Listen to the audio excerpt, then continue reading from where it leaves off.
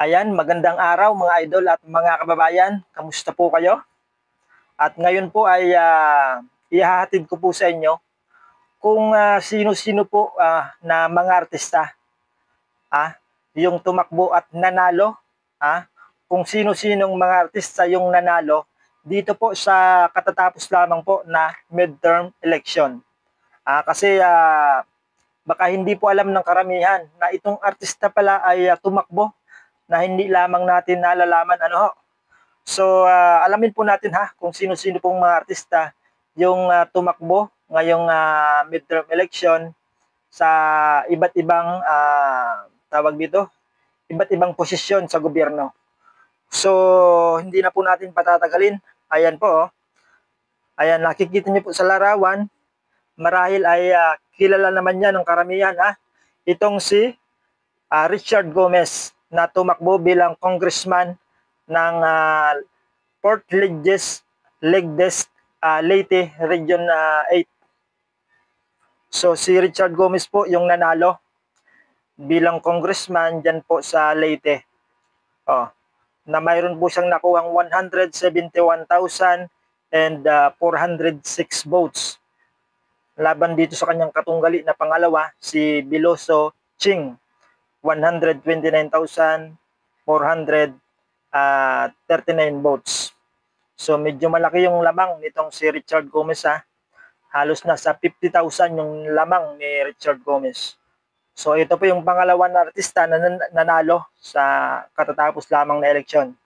Ayan, makikita nyo sa screen. Sino po yan mga idol at mga kababayan? Marahil ay kilala naman ito ng karamihan. Yung anak ni Vic Soto, si Vico Soto. Vico Soto na tumakbo bilang mayor. At ang totoo ay dati na itong mayor dyan sa Pasig City. Siya ay muling naluklok itong si Vico Soto na mayroon pong nakuhang 345,375 votes laban sa pangalawa na si Diskaya Sara Herard na mayroong nakakuhang 29,000 lamang and 144 votes. So napakalayo ng agwat po nila So isunod po natin itong pangatlo. Ayan, sino po yan mga idol?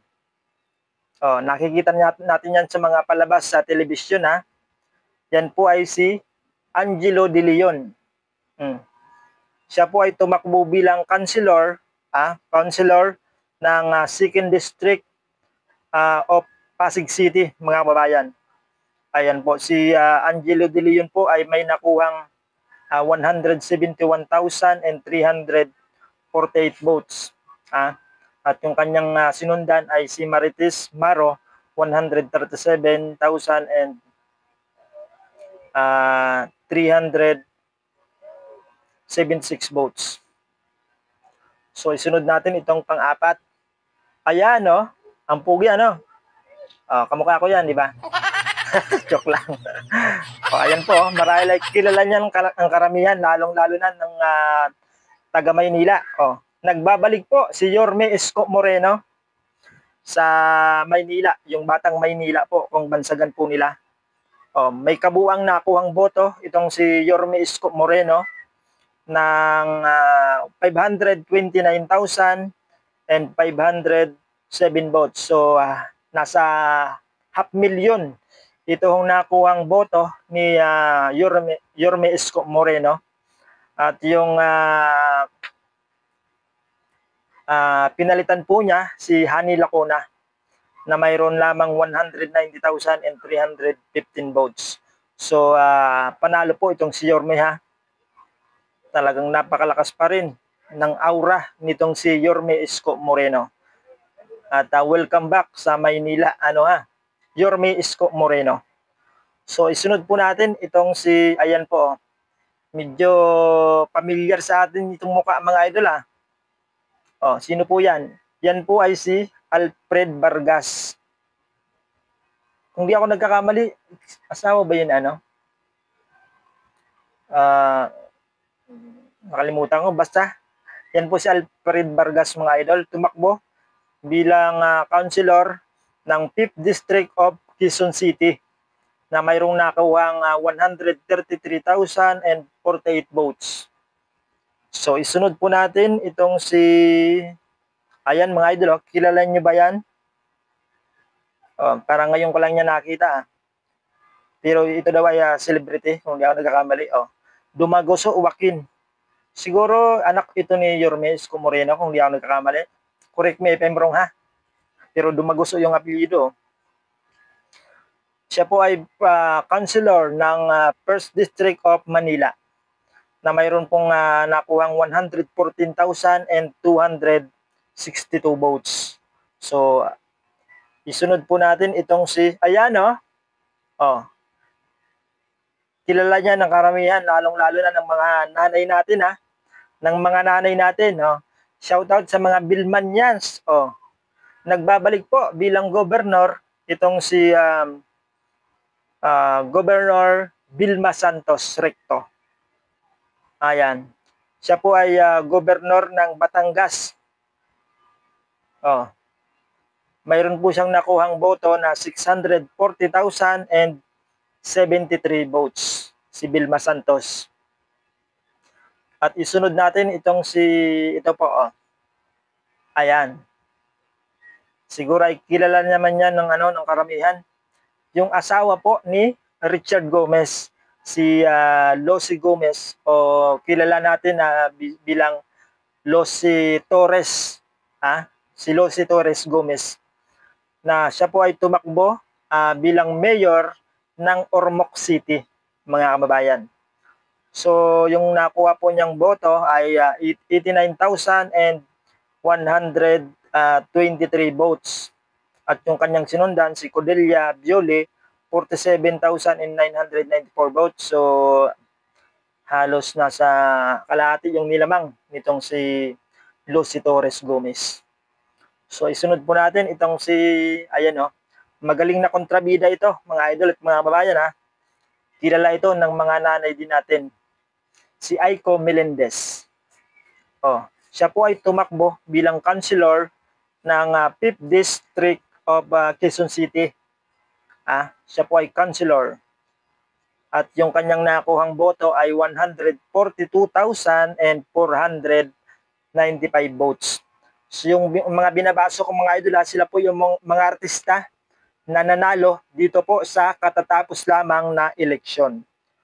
So isunod natin itong si, ayan ayan. Kilala ito, lalong-lalo na ng mga basketballista, mga kababayan. At ito po ay dating asawa, kung di ako nagkakamali, ni Chris Aquino, mga kababayan. Si James Yap, mahilig magpa-shoot ito, mga idol siya po ay tumakbo bilang Vice Mayor ng Glan, Sarangani. Vice Mayor ng Sarangani. At yung kanyang nakuhang boto ay 40,322 votes. Ayan. So, ngayon lang siguro nalaman ninyo mga idol na yung mga artista pala ay na binanggit natin ay mga tumakbo sa iba't ibang posisyon sa gobyerno dito po sa katatapos lamang na eleksyon. So, isunod po natin itong si, ayan talagang kilala itong mga Revilla dyan sa Cavite. Yung asawa ito ni Ramon Bong Revilla. Nanalo po siya bilang congressman ng 2nd District, 2nd District of Cavite. Si Lani Mercado Revilla. Si Tolome, ganyan po yung sinasabi niya. Siya yung nagpasikat noon na Tolome. At yung kanyang nakuha ay 172,182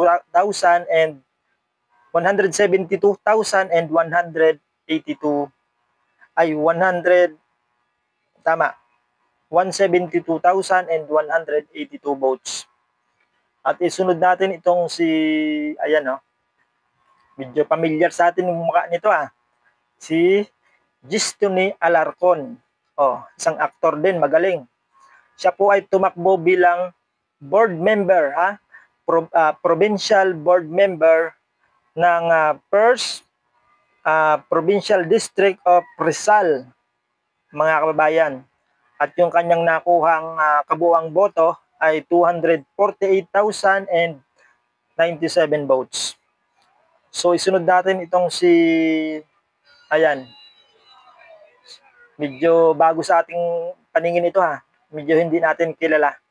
Pero siya po ay si Alex Castro. Kaano-ano kaya niya si Franz Castro at si Claire Castro. So siya po ay Vice Governor ng Bulacan Region 3, mga kababayan. At mayroong nakuhang boto na 1 million. Aba, ang dami palang botante diyan sa sa Bulacan. 1,350,714 votes. Isunod po natin itong si, ayan medyo hindi natin kilala din hindi familiar yung muka, pero siya po ay si Aaron Villaflor. Mag-comment po kayo mga idol kung kaninong anak to o kaninong asawa itong si Aaron Villaflor. Kasi medyo ngayon lang natin nakita ito mga idol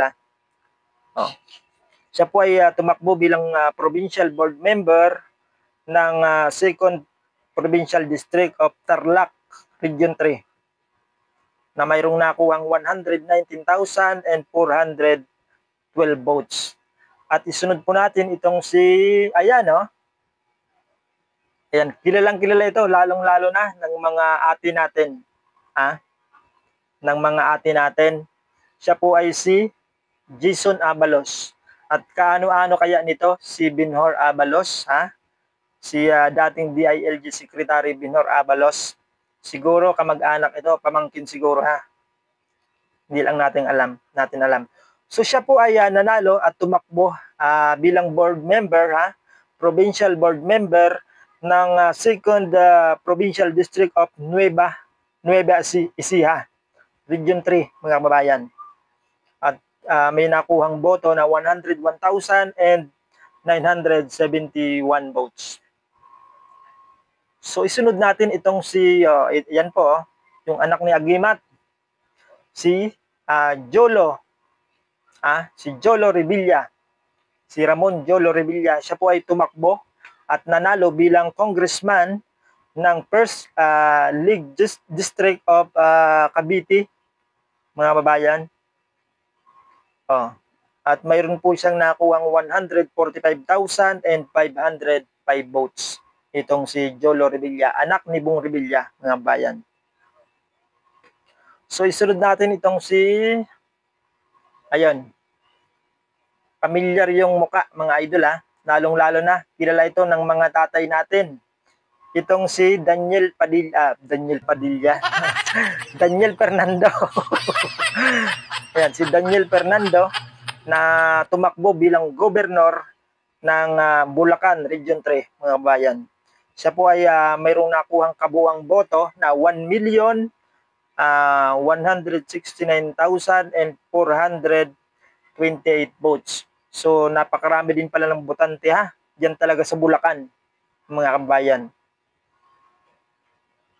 At isunod po natin itong si, ayan ngiti pa lang, kitang-kita niya at kilala nyo na kilala nyo na kung sino po yan mga idol Siya po ay asawa na ngayon ni Yaya Dab.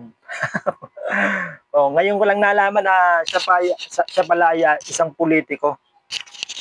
Si Arjo Atayde, yung asawa ni Maine Mendoza. Siya po ay tumakbo bilang congressman ng 1st League District of Quezon City.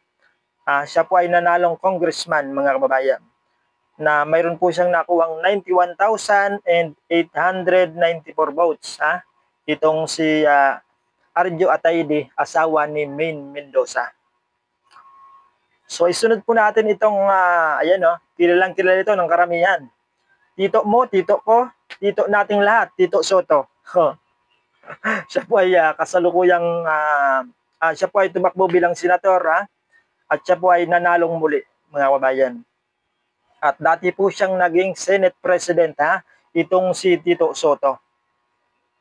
na mayroong nakuhang 14,596,443 votes si Tito Soto. So isunod po natin itong wala na pala. So diyan po nagtatapos yung ating paglalahad. Sila po yung mga binasa natin ng mga artista na nanalo dito po sa katatapos lamang na eleksyon. So sana ay nabigyan ko kayo ng munting kaalaman at karagdagang kaalaman kung sino-sino po na mga artista yung tumakbo dito sa katatapos lamang na 2025 midterm election. Ayan, maraming salamat po sa inyong panonood at ingat po tayong lahat. Bye-bye.